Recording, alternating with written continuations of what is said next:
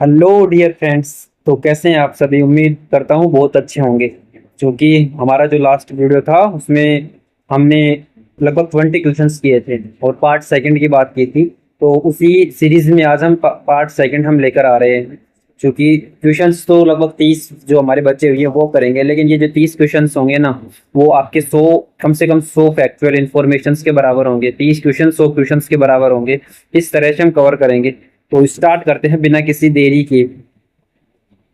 तो हमारा जो क्वेश्चन हम 20 क्वेश्चन तक कर चुके थे, आज हम 21वें क्वेश्चन मतलब 21 क्वेश्चन से स्टार्ट करेंगे। जिन लोगों ने पहला वाला सेशन नहीं देखा है, हम जो डिस्क्रिप्शन है उसमें इसके लिंक डाल देंगे पहले वीडियो की, तो आप वहां से चेक कर सकते हैं। तो आज का जो पहला क्वेश्चन रहने वाला है वो होगा, फिजिक्स से है, भौतिक विज्ञान से है। क्या है? पृथ्वी की सतह से जो पलायन वेग है उसका मान कितना होता है? पृथ्वी की सतह से पलायन वेग उसका मान कितना होता है? तो पृथ्वी की सतह से जो पलायन वेग का मान होता है वो होता है 11.2 किलोमीटर प्रति सेकंड। मतलब एक सेकंड में 11.2 किलोमीटर कोई वस्तु जिसका जो पलायन वेग होता है वो 11.2 किलोमीटर प्रति सेकंड होता है। अब ये होता क्या है? वह न्यूनतम वेग होता है जिससे किसी वस्तु को ऊपर फेंकने पर वह पृथ्वी के गुरुत्वीय क्षेत्र को पार कर जाती है और कभी वापस नहीं लौटती। मतलब अगर किसी वस्तु को आप इतनी तेज फेंको कि वो एक सेकंड में 11.2 किलोमीटर ट्रेवल कर ले, मतलब इतनी तेज फेंको आप एक सेकंड में 11.2 किलोमीटर की कम से कम स्पीड हो, तो वो पृथ्वी की गुरुत्वाकर्षण को पार कर जाएगी और फिर बाहर अंदर वापसी नहीं आएगी पृथ्वी गुरुत्वाकर्षण। इसी को प्लान वेग बोलते हैं। इसके अलावा चंद्रमा का प्लान वेग का मान बहुत कम होता है, लगभग 2.38 किलोमीटर पर सेकंड के हिसाब से भी आप फेंकते हो तो वो क्योंकि वहां पर क्या होता है, चंद्रमा पर वायुमंडल नहीं पाया जाता। सूर्य के लिए प्लान वेग का मान 42 किलोमीटर प्रति सेकंड होता है, जबकि पृथ्वी का देखो तुम 11.2 किलोमीटर है। तो सूर्य का अधिक हो गया ना प्लान वेग का मान। इसके बाद नेक्स्ट क्वेश्चन की अगर हम बात करें तो प्रकाश की एक किरण समतल दर्पण पर 30 डिग्री की आपतन कोण से टकराती है, तो परावर्तन कोण का मान क्या होगा? क्योंकि परावर्तन के नियम के अनुसार आपतन कोण आई और परावर्तन कोण आर हमेशा बिल्कुल बराबर होते हैं। मतलब जिस ये कोण जो आई होता है ना आपतन कोण, और ये जो परावर्तन कोण होता है ना जो आर, ये दोनों बराबर होते हैं। ये इधर से रेज आई और अपरावर्तन सतह के टकराकर इधर चली गई, तो ये जो कोण आपतन कोण और ये इससे जो कोण बनेगा वो बन जाएगा परावर्तन कोण। ये तो दोनों हमेशा बराबर होते हैं, तो इसका आंसर भी कितना हो जाएगा? 30 डिग्री। समतल दर्पण के द्वारा बिना प्रतिबिंब आभासी सीधा एवं वस्तु के बराबर जो दर्पण प्रतिबिंब बनता है वो सीधा बनता है, आभासी बनता है समतल दर्पण में। यदि कोई व्यक्ति दर्पण की ओर वी चाल से आता है तो उसका प्रतिबिंब उसकी ओर 2v चाल से आता है तो वह प्रतीत होगा। आप अपना पूरा प्रतिबिंब देखने के लिए आपको दर्पण की जितनी लंबाई है, आपके शीशे की जितनी लंबाई है, उसकी लंबाई का कम से कम आधी होनी ही चाहिए। वस्तु की जितनी लंबाई है, मतलब आप 6 फीट के हैं और आपको पूरा प्रतिबिंब देखना हो तो कम से कम शीशे जो सामने शीशा होगा उसके समतल दर्पण की बात हो रखी है, तो कम से कम समतल दर्पण 3 फीट का तो होना ही चाहिए आपके जस्ट आधा। इसके अलावा नेक्स्ट क्वेश्चन फिजिक्स की हम बात करें तो साधारण आवर्धक कांच मैग्नीफाइंग ग्लास के किस प्रकार का लेंस पाया जाता है? ये किसमें पाया जाता है? उत्तल लेंस। उत्तल लेंस प्रकाश किरणों को एक बिंदु पर एकत्रित कर देगा, बहुत सारी रेज को एक एक पॉइंट पर एकत्रित कर देता है। जब वस्तु के लेंस और फोकस के बीच रखा जाता है तो प्रतिबिंब कैसा बनता है? बड़ा और सीधा बनता है। लेंस की क्षमता, पावर ऑफ लेंस से भी क्वेश्चन आ जाता है। ये होती इसका मात्रा क्या होता है? डायोप्टर। सीधा सीधा क्वेश्चन आ जाएगा कि लेंस की क्षमता का मात्रा क्या है, तो हो जाएगा डायोप्टर। उत्तल लेंस की क्षमता की बात करें तो पॉजिटिव उत्तल लेंस की जो क्षमता होती है वो ऋणात्मक होती है, नेगेटिव होती है। धूप के चश्मे जिसको सन ग्लास बोलते हैं उसमें जियो डायोप्टर होता है, ना तो उसमें उत्तल लेंस होता है ना अवतल लेंस होता है। तो जो धूप के चश्मे तुम पहनते हो उसमें जो डायोप्टर मान होता है उनका जीरो होता है। नेक्स्ट क्वेश्चन, यांत्रिक ऊर्जा को विद्युत ऊर्जा में बदलने वाले उपकरण का क्या नाम होता है? जो यांत्रिक ऊर्जा को, मैकेनिकल एनर्जी को किसमें इलेक्ट्रिक एनर्जी में चेंज करता है उसको डायनेमो या विद्युत जनरेटर बोलते हैं। यह विद्युत चुंबकीय प्रेरण के सिद्धांत पर कार्य करता है। इसकी खोज माइकल फैराडे ने की थी।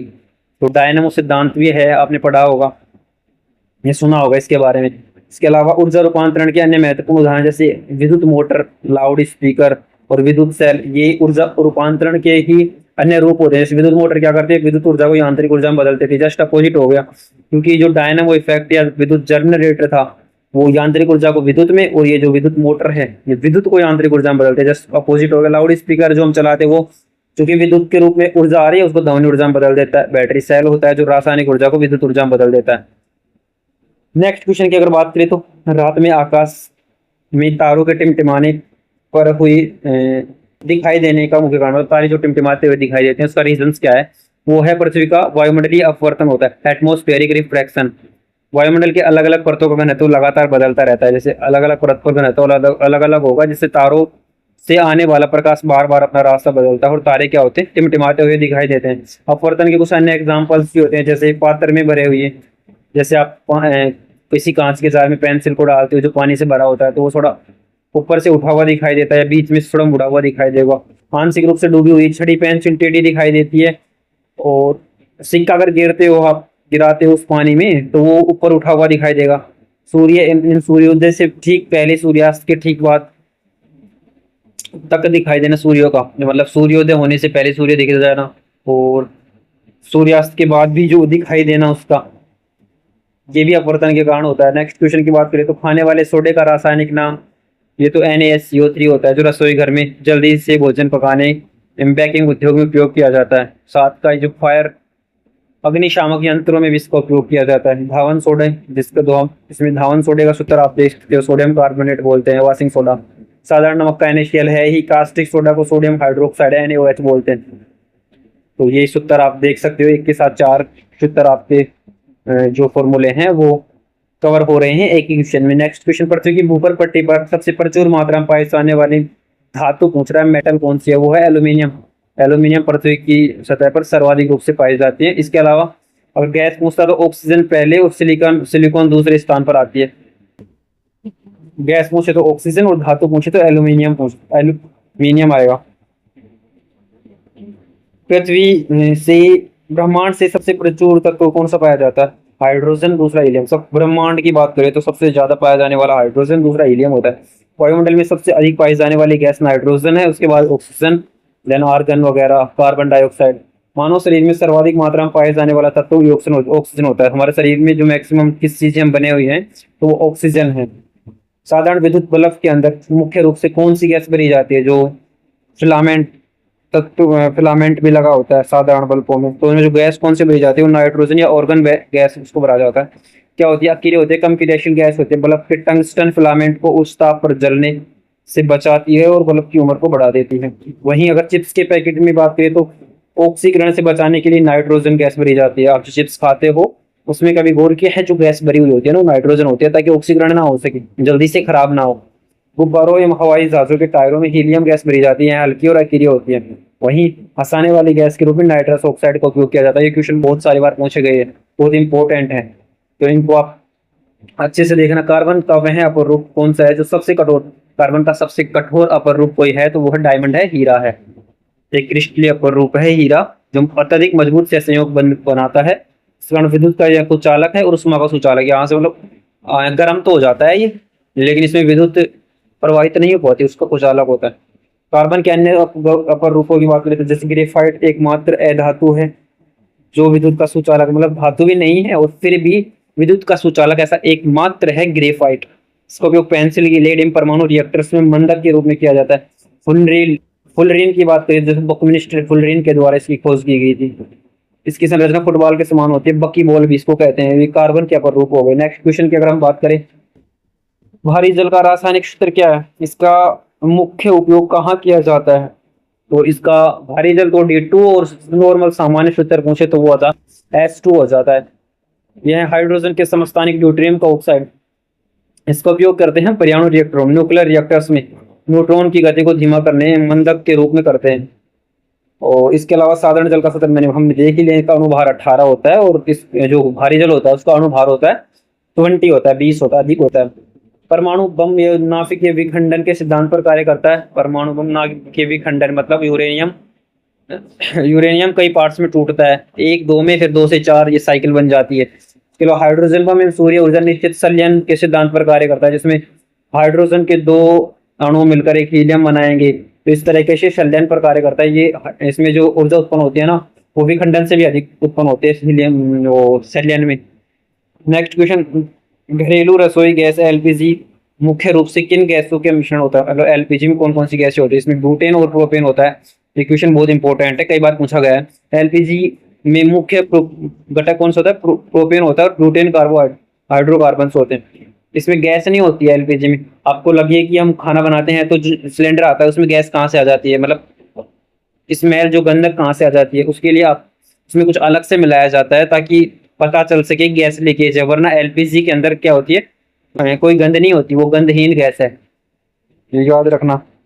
ईंधन गैसों से जुड़ी आती महत्वपूर्ण प्रश्नों की बात करें तो एलपीजी सिलेंडर में गैस रिसाव का पता लगाने के लिए अत्यंत बदबूदार पदार्थ, ये देखो ये जो हमें स्मेल आती है ना, वो होता है इथाइल मैकैप्टन इथाइल मैकैप्टन होता है, जिसके चलते हमें पता चल जाता है कि गैस लीक हो रखी है। वरना एलपीजी, सिर्फ एलपीजी अगर गैस सिलेंडर में भरा होता तो उसका पता भी नहीं चलता कब लीक हो जाती, तो क्योंकि उसमें गंध नहीं आती। तो वो ये जो पदार्थ होता है ना इथाइल मैकैप्टन, ये मिलाया जाता है उसमें। सीएनजी की बात करें तो कंप्रेस्ड नेचुरल गैस बायोगैस का मुख्य घटक क्या है, मेथेन होता है, मीथेन होता है। और मीथेन को कौन सी गैस कहते हैं, मार्स गैस भी कहते हैं, निम्नलिखित। नेक्स्ट क्वेश्चन की बात करें, लोहे की जंग से बचाने के लिए उस पर जिंक की परत चढ़ाने की प्रक्रिया क्या कहा जाता है, इसको कहा जाता है गैल्वेनाइजेशन, जसद लेपन, गैल्वेनाइजेशन बोलते हैं। जस्ते की परत से क्या होता है, लोहे की नमी में ऑक्सीजन सीधे संपर्क में आने से रोक देगी ये जस्ते की परत, जिससे लोहे पर जंग आसानी से नहीं लगता। लोहे पर जंग लगना, इसके एक्स्ट्रा फैक्ट की बात करें तो क्या है, एक रासायनिक परिवर्तन है। लोहे का भार हमेशा बढ़ जाएगा, जब जंग लगेगी तो उसका वजन तो बढ़ना है ही। जंग का रासायनिक नाम हाइड्रिक फेरिक ऑक्साइड है, Fe2O3.XH2O, ये उसका हाइड्रेटेड फेरिक ऑक्साइड क्या है, रासायनिक नाम हो जंग का। नेक्स्ट क्वेश्चन की बात करते हैं, कौन सा एकमात्र धातु है जो कमरे के तापमान पर द्रव अवस्था में पाई जाती है। एकमात्र लिख रखा है, मतलब ऐसी एक ही है धरती पर, तो वो है पारा मरकरी, जो पारे का संकेत होता है। इसका उपयोग होता है थर्मामीटर में, बैरोमीटर में होता है। या उष्मा एवं जिस्मा का अच्छा सुचालक एवं कांच, मतलब कांच की चिपकता भी नहीं है, उष्मा का भी अच्छा सुचालक होता है, गर्म भी जल्दी होता है। कमरे के ताप पर द्रव अवस्था में रहने वाला एकमात्र अधातु क्या है, ब्रोमीन, द्रव अवस्था में रहता है कमरे के ताप पर एकमात्र। अधातु पूछ रखा है, कौन सी अधातु, जैसे ये तो धातु हो गई ना, मरकरी पारा धातु है, कमरे के ताप पर द्रव अवस्था में रहती है। जबकि अधातु हो तो वो आ जाता है ब्रोमीन, अधातु है लेकिन कमरे के ताप पर क्या होगी, द्रव अवस्था में रहेगी, तरल अवस्था में रहेगी। कौन सी धातुओं को चाकू से आसानी से काटा जा सकता है, वो होते सोडियम एवं पोटेशियम को चाकू से आप आसानी से काट सकते हो। सोडियम धातु को अत्यधिक क्रियाशील होने के कारण मिट्टी के तेल में डुबोकर रखा जाता है, नहीं तो ये आग पकड़ ले। शुद्ध या उदासीन जल का पीएच मान कितना होता है, ये आसान क्वेश्चन है, 7 होता है उदासीन जल का। और इस पीएच स्केल की जो खोज की थी वो की थी सोरेनसन ने की थी। यह किसी विलयन की अम्लीयता एवं क्षारकता को दर्शाता है। 7 मान उदासीनता का प्रतीक होता है। 7 से कम है विलयन का मान पीएच तो एसिडिक हो जाएगा, अम्लीय हो जाएगा, और 7 से अधिक है तो क्षारीय हो जाता है। मानव रक्त की बात करें तो पीएच 7.4 हल्का क्षारीय होता है थोड़ा, और नींबू का 2.2 से 2.4 मतलब अम्लीय होता है तभी तो। अब आपको ये बताना है कि नींबू में जो अम्ल पाया जाता है ना वो कौन सा है। दूसरा आपको ये भी बताना है कि जो मरकरी है ना, मरकरी पारे, उसके चलते एक रोग होता है, अगर उसके ज्यादा संपर्क में रह जाए तो वो कौन सा है। ये 2 क्वेश्चंस के आंसर आपको कमेंट बॉक्स में जल्दी से दे देने हैं। जब कोई अम्ल किसी धातु के साथ अभिक्रिया करता है तो मुख्य रूप से कौन सी गैस उत्पन्न होती है। अम्ल किसी धातु से उपयोग करेगा तो हाइड्रोजन गैस उत्पन्न होती है। उदाहरण के लिए जब जिंक तो जस्ता हाइड्रोक्लोरिक अम्ल HCl के साथ कार्य करता है तो जिंक क्लोराइड बनता है, हाइड्रोजन गैस निकलती है, और गैस जलती हुई तिली ले जाने पर पोप की साउंड करती है। मतलब ये धातु से अगर अम्ल क्रिया करती है तो क्या होता है, हाइड्रोजन गैस निकलती है। इसके अलावा कुछ अदर फैक्ट देखो, अम्ल क्या कर देगा, लीले लिटमस पत्र को लाल कर देता है, स्वाद में खट्टे होते हैं। क्षार है जो लाल लिटमस पत्र को नीला कर देता है, और स्वाद में क्या होता है, कड़वा होता है, तीखा होता है। अम्ल क्षार आपस में क्रिया करके नमक और पानी बनाएंगे, इसी को क्या बोलेंगे, उदासीनीकरण बोलते हैं इस प्रक्रिया को। Next question, plaster of Paris POP का रासायनिक सूत्र क्या होता है। ये होता है CaSO4 और हाफ मतलब आधा H2O, कैल्शियम सल्फेट हेमीहाइड्रेट इसको बोलते हैं। यह क्या होता है, जिप्सम को 373 केल्विन ताप पर बनता है। इसका उपयोग टूटी हुई हड्डियों को की सही जगह पर स्थिति रखने के लिए, प्लास्टर में मूर्तियां खिलौने बनाने के लिए उपयोग किया जाता है। छत पर अगर कहीं पे जोड़ हो जाए, पहले वाले जो छत थे जिनमें पट्टियों का यूज किया जाता था, पत्थरों का, बड़े बड़े पत्थर जो चपटे पत्थरों का यूज किया जाता था, उनमें दरारें पड़ जाती थी, तो जो उन दरारों को भरने के लिए भी पीओपी का यूज किया जाता है। यहाँ तक कि पुट्टी करने के लिए भी पीओपी का यूज किया जाता है प्लास्टर में। जिप्सम का सूत्र तो CaSO4.2H2 है, लेकिन अगर 2H2 की जगह आधा H2O होता तो वो बन जाता है POP। सीमेंट में मिलाने में सीमेंट के जमने की गति धीमी हो जाती है। अगर जिप्सम को सीमेंट में मिला दो तो जल्दी से जमेगी नहीं तो वरना आपने देखा होगा थोड़ी सी सीलन से सीमेंट एक पत्थर की तरह बन जाती है। अगर उसमें जिप्सम मिला होगा तो थोड़ा धीरे धीरे जमेगी। बिना भुजा चूना को कैल्शियम CaO कैल्शियम ऑक्साइड कहते हैं, भुजे हुए चूने को CaOH2 कैल्शियम हाइड्रोक्साइड के नाम से जानते हैं। ये इसका सूत्र होता है। तांबा कॉपर जस्ता को मिलाकर कौन सी मिश्र धातु बनाई जाती है? मतलब तांबा और जस्ता से मिलाकर बनाई जाती है पीतल। पीतल में लगभग 70% तो क्या होता है? तांबा होता है और 30% क्या होता है? जस्ता होता है। इसका उपयोग बर्तन ताले वाद्य यंत्र बनाने के लिए किया जाता है। याद रखने की ट्रिक है पिताजी, पीतल तांबा जस्ता हो गया। अन्य महत्वपूर्ण मिश्र धातु एलोइस, कांसा, ब्रोंज, तांबा, टिन। तांबा और टिन, यहाँ पे देखो तांबा और जस्ता था, तांबा और जस्ता मिल जाए तो पीतल, और तांबा की टिन मिल जाए तो कांसा बन जाएगा। स्टेनलेस स्टील कैसे बनता है? लोहा, क्रोमियम और निकिल, इसमें जंग नहीं लगता। अगर इन तीनों को मिला दोगे तो स्टेनलेस स्टील बन जाएगा। टांका या सोल्डार ये बनता है सीसा और टिन से। सीसा और टिन से पीडी और एसएन इसका सूत्र होगा। इसका गलनांक बहुत कम होता है, क्योंकि अगर टिन के साथ तांबा मिला दोगे तो क्या बन जाएगा? कांसा। और टिन के साथ अगर सीसा मिला दोगे तो बन जाएगा सोल्डर या टांका। और यदि तांबे के साथ में क्या मिला दे? जस्ता, तो बनेगा पीतल। तीन चीजों को लोहा, क्रोमियम, निकिल को मिला दो एक साथ तो बन जाएगा स्टेनलेस स्टील। उसको आसानी से जंग नहीं लगता। नेक्स्ट क्वेश्चन की बात करें तो माचिस की तिल्ली के अगर भाग पर कौन सा रासायनिक पदार्थ लगा होता है? उसको बोलते हैं लाल फोस्फेट बोलते हैं। माचिस की तिल्ली पर पोटेशियम क्लोरेट एंटीमोनी सल्फाइड का मिश्रण होता है, जबकि माचिस के डिब्बे पर रगड़ने वाली जो सतह होती है ना, जिससे वो तिल्ली जलती है, उस पर लाल फास्फोरस लगा होता है। तिल्ली के ऊपर क्या लगा होता है? तिल्ली के ऊपर लगा होता है पोटेशियम क्लोरेट या एंटीमोनी सल्फाइड का मिश्रण होता है, एंटीमोनी सल्फाइड या पोटेशियम क्लोरेट। श्वेत या पीला फास्फोरस क्या होते हैं? अत्यधिक ज्वलनशील या जहरीला होता है। श्वेत या पीला फास्फोरस हवा के संपर्क में आएगा, अपने आप ही से होता है, जल उठेगा, इसलिए इसे हमेशा पानी के अंदर रखा जाता है। हड्डियों और दांतों के निर्माण के लिए कैल्शियम के साथ फास्फोरस अत्यंत आवश्यक तत्व होता है। हड्डियों और दांतों के लिए फास्फोरस की बहुत ज्यादा नीड होती है। इसके अलावा नेक्स्ट क्वेश्चन की अगर हम बात करें तो सिरका में मुख्य रूप से कौन सा अम्ल पाया जाता है? सिरका, इसको विनेगर बोलते हैं। सिरका, इसमें एसिटिक अम्ल होता है। सिरका में एसिटिक अम्ल का सूत्र होता है CH3COOH। सिरके का लगभग 5 से 8% जलीय विलयन होता है सिरके में। इसका उपयोग भोजन के संरक्षण में, आचार को बनाने के लिए किया जाता है। दूध दही में लैक्टिक अम्ल हो गया, सेब में मौलिक अम्ल हो गया। और अगर आपने कमेंट बॉक्स में आंसर लिख लिया है तो उसी का आंसर देखो, आपने मैंने पूछा था नींबू में, तो नींबू और संतरा में क्या है? सिट्रिक अम्ल पाया जाता है। नेक्स्ट क्वेश्चन की बात करें तो ओजोन परत को नष्ट करने वाली प्रेषित गैस, जो प्रेषित गैस होती है CFC, उसकी फुल फॉर्म क्या है? वो क्लोरोफ्लोरोकार्बन हो जाती है। किससे निकलती है? Refrigerator, air conditioner, cooling system से समताप मंडल में जाए कि जो गुड ओजोन परत है ना, उसको इन कमजोर कर देती है, उसको नष्ट करने में मदद करती है। तो एक प्रकार की क्या है ये? Green house gas. Ozone gas का रासायनिक सूत्र O3, ऑक्सीजन के नवजात ऑक्सीजन के परमाणु तरीके मिलान। ओजोन परत सूर्य से आने वाली हानिकारक पराबैंगनी किरणों UV को पृथ्वी पर आने से रोकता है। विश्व ओजोन दिवस प्रतिवर्ष 16 सितंबर को मनाया जाता है। ओजोन दिवस कब मनाया जाता है? 16 सितंबर को मनाया जाता है। नेक्स्ट क्वेश्चन, ये मैथ्स का क्वेश्चन है। एलसीएम ज्ञात करवा रखा है 15, 20 और 12 का। एलसीएम मतलब लघुत्तम समापवर्ती, मतलब अधिकतम अधिक से अधिक पूछे तो एलसीएम हम ज्ञात करते हैं। एलसीएम सिंपल सी विधि है, आप इसको गुणनखंड करो और ये क्वेश्चन एलसीएम का क्वेश्चन है, इसको आप देख लेना, बड़ा आसान सा क्वेश्चन है। इसका एलसीएम 60 आ जाएगा। नियम होता है पहली संख्या गुना दूसरी संख्या बराबर एलसीएम गुना एचसीएफ। वो तो ये है, एक सूत्र है एलसीएम गुना एचसीएफ ज्ञात करने का। यदि दो संख्याओं का मल्टीप्लाई दे रखा हो तो वो एलसीएम गुना एचसीएफ हो जाएगा। एचसीएफ होता है जब किसी संख्या में अधिक से अधिक पूछे तो इसमें कॉमन फैक्टर कम से कम पूछे तो एचसीएफ निकालेंगे, और अधिकतम से अधिकतम के लिए एलसीएम। इसके अलावा नेक्स्ट क्वेश्चन जो है, एक रेलगाड़ी 4 घंटे 360 किलोमीटर एक 4 घंटे में 360 किलोमीटर की दूरी तय करते हैं, तो उसकी चाल मीटर प्रति सेकंड में क्या है? तो एक 4 घंटे में कितनी 360 किलोमीटर की दूरी तय करती है, 1 घंटे में कितनी, इसमें 4 का भाग दे देंगे तो कितना आ जाएगा?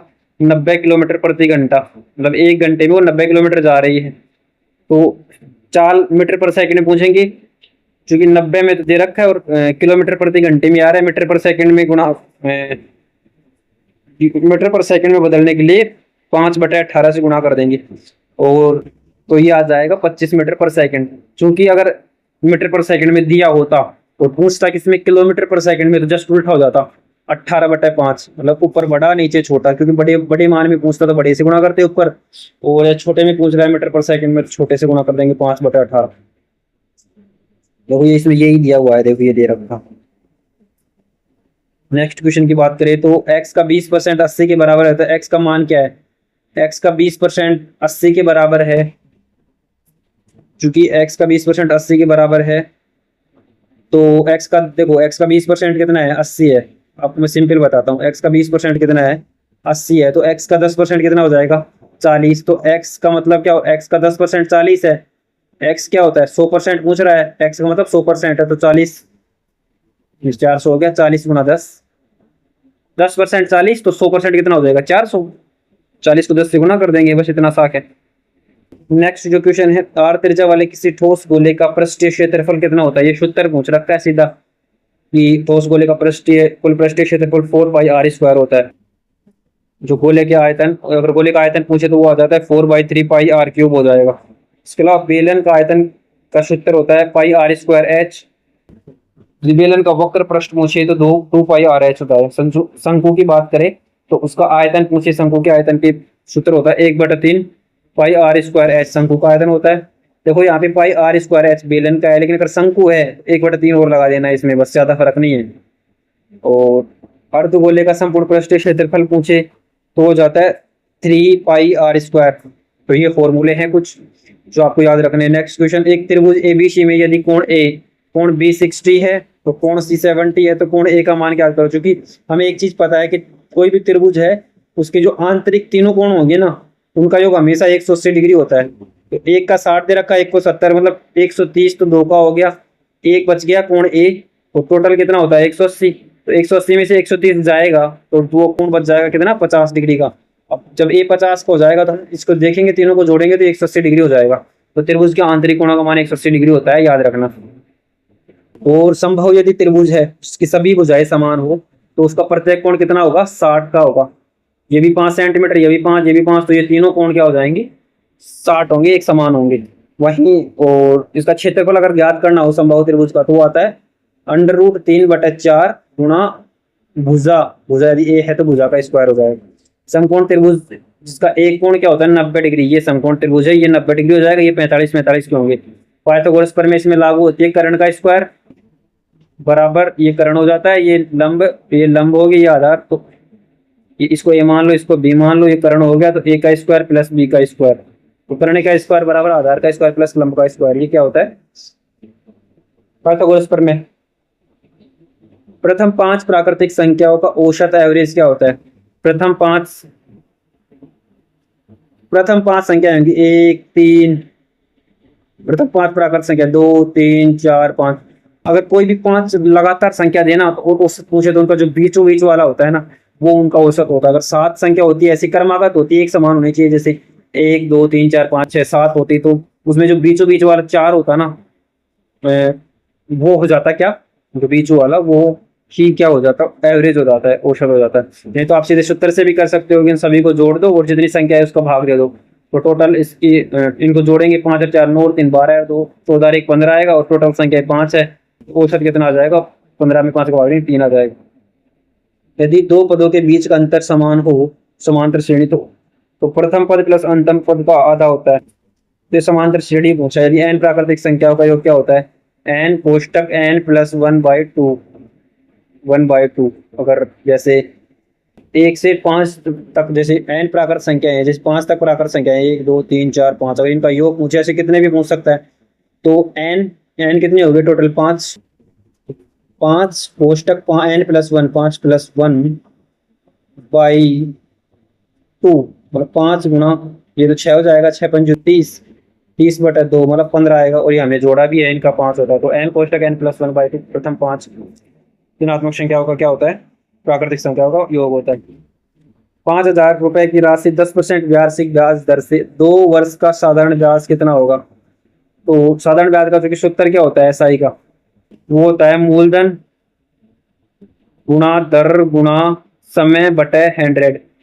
सब कुछ दे रहा है, राशि दे रखी है, मूलधन दे रखा है, दर दे रखी है, आर का मान दे रखा है, और वर्ष भी दे रखा है, पूछ रखा है सीधा एसआई। तो सीधे सूत्र में रख देंगे मूलधन दर समय बटे 100। तो ये आंसर आ जाएगा 1,000 रुपए।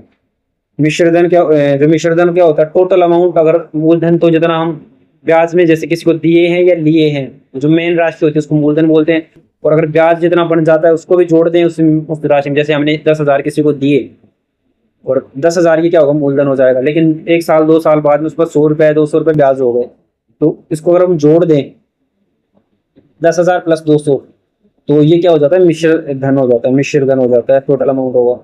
चक्रवर्ती ब्याज, ब्याज के ऊपर ही ब्याज होता है। जितना ब्याज लगा है, जैसे 10,000 का ब्याज लगा, 200 रुपए लगा। अब नेक्स्ट टाइम अगले अगले मतलब 6 माह के आधार पर, 3 माह के आधार पर, जितने भी जो अगर 6 माह के आधार पर पूछे तो नेक्स्ट 6 माह के बाद में जो ब्याज लगेगा अभी पूरी 10,200 जो है उसके ऊपर लगेगा, 10,200 के ऊपर लगेगा, ना कि सिर्फ 10,000 पर लगेगा। नेक्स्ट क्वेश्चन जो कि समीकरण को हल करे और x का मान बताए, 3x + 5 = 20। तो x का मान हो जाए, सिंपल सा है, 5 को इधर चूंकि प्लस है इधर आएगा तो माइनस हो जाएगा, 3x 20 में से 5 जाएगा तो 15 बच जाएगा। x क्या हो जाएगा, 15 के इसमें मल्टीप्लाई है, इधर आएगा तो भाग में आ जाएगा। तो 5 × 3 = 15, 5 इसका आंसर आ जाएगा x का मान। ये कुछ सूत्र है, a+b का होल स्क्वायर क्या होता है, a² + b² + 2ab। माइनस है तो यहाँ पे माइनस आ जाएगा, a² + b² - 2ab। यदि a² + b² क्या, तो a + b a - b के रूप में इनको लिख सकते हैं, जैसे 2 का स्क्वायर - 3 का स्क्वायर, ऐसे ही है क्वेश्चन। तो इसको ऐसे लिख सकते हैं, 2 + 3 2 - 3। इसको सॉल्यूशन करने पर वही आंसर बनेगा। नेक्स्ट क्वेश्चन की बात करें तो दी गई श्रृंखला में लुप्त संख्या 2 4 8 16, मतलब यहाँ पे देखोगे तो अब जस्ट डबल हो रहा है, गुना 2, 2 × 2 4, फिर 4 × 2 8, 8 × 2 16। तो नेक्स्ट क्वेश्चन क्या आएगी, 16 × 2 32। तो 32 का आंसर हो जाएगा। और लास्ट क्वेश्चन जो है इस वीडियो का, वो है किसी कूट भाषा में रैम को क्या SBN लिखा जाता है, तो मैन को क्या लिखा जाता है। क्योंकि आर के देखो, और रैम आर से S +1 लिखा है, A से B +1, M से N +1। तो एक एक बढ़ रहा है, तो M से M के बाद आ जाएगा N, A के बाद आ जाएगा B, और N के बाद MNO आ जाएगा, NBO, उसका आंसर आ जाएगा। तो ये जैसे ई ज्योति एक ट्रिक भी दे रखा है, जैसे ई ज्योति वो 5 5 10 15 20 25 याद करने के लिए 5 10 ई ज्योति हो गया। 27 नंबर विपरीत डिजिट को हमेशा, अगर विपरीत अक्षर का ध्यान रखना हो तो जो डिजिट दे रखा है और जो विपरीत आएगा उसका योग हमेशा 27 आना चाहिए। इसके अलावा कुछ जैसे याद रख सकते हो कौन सा वर्ड किस डिजिट पर है, जैसे किंग्स 11 पंजाब से K11 K11 पर, लव लव 12 L 12 पर। और इसके अलावा राजा 18 का, और तो राजा 18 का है, तो प्रिंस कितने की है, प्रिंस कितने का है, क्वीन कितने की है, 17 की। प्रिंस क्योंकि राजा सबसे बड़ा है 18 का है, उससे 1 साल छोटी क्वीन है, तो प्रिंस ऑब्वियसली उससे छोटा होगा, प्रिंस पी हो जाएगा कितने पर, 16 पे। और चूंकि MNO तो है ही 13 14 15 O 15। इसके अलावा T20 याद रख सकते हैं। यू अगर तुम 21 हो तो V 22 हैं, अगर तुम 21 हो, U 21, देन V 22, तो हम भी 22 हैं। तो इस तरीके से आप इस ट्रिक्स को याद कर सकते हो।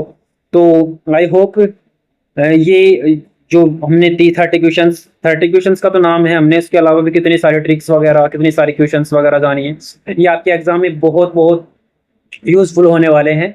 तो मिलते हैं नेक्स्ट वीडियो में, तब तक के लिए आप अपने रिव्यू कमेंट बॉक्स में रिव्यू देना, और जो क्वेश्चंस पूछे गए उनके आंसर देना, लाइक करना, शेयर करना और सब्सक्राइब करना। धन्यवाद।